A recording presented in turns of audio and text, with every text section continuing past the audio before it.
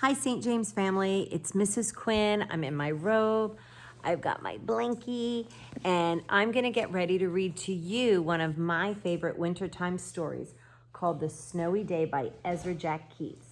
And if you notice, this book has won a medal. It's called a Caldecott Award, and it's given to a picture book, an outstanding picture book of that year. And in 1962, when this was written 58 years ago, Ezra Jack Keats won that award for his book. So I hope you enjoy it as much as I do. The Snowy Day. The Snowy Day by Ezra Jack Keats. To Tick, John, and Rosalie. One winter morning, Peter woke up and looked out the window. Snow had fallen during the night. It covered everything as far as he could see. After breakfast, he put on his snowsuit and ran outside. The snow was piled up very high along the street to make a path for walking. Crunch, crunch, crunch. His feet sank into the snow. He walked with his toes pointing out like this, and he walked with his toes pointing in like that.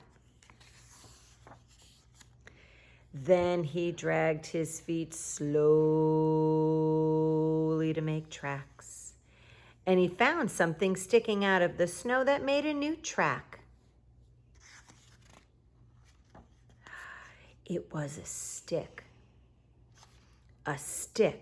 that was just right for smacking a snow-covered tree. Down fell the snow, plop, on top of Peter's head.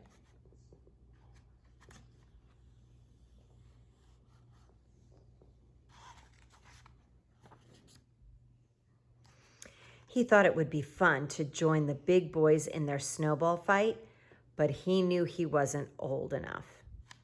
Not yet. So he made a smiling snowman, and he made angels.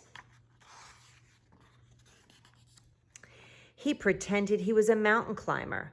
He climbed up a great, big, tall, heaping mountain of snow and slid all the way down. He picked up a handful of snow and another and still another. He packed it round and firm and put the snowball in his pocket for tomorrow. Then he went into his warm house. He told his mother all about his adventures while she took off his wet socks. And he thought and thought and thought about them. Before he got into bed, he looked in his pocket. His pocket was empty. The snowball wasn't there. He felt very sad.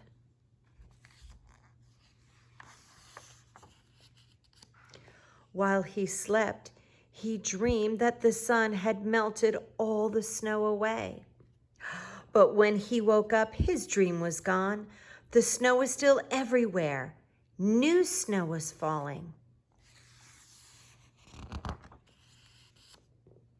After breakfast, he called to his friend from across the hall, and they went out together into the deep, deep snow.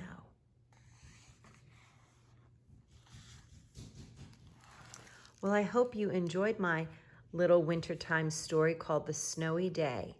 And hopefully you'll read it again and again, and maybe your children one day when you're a grown-up. Have a good night.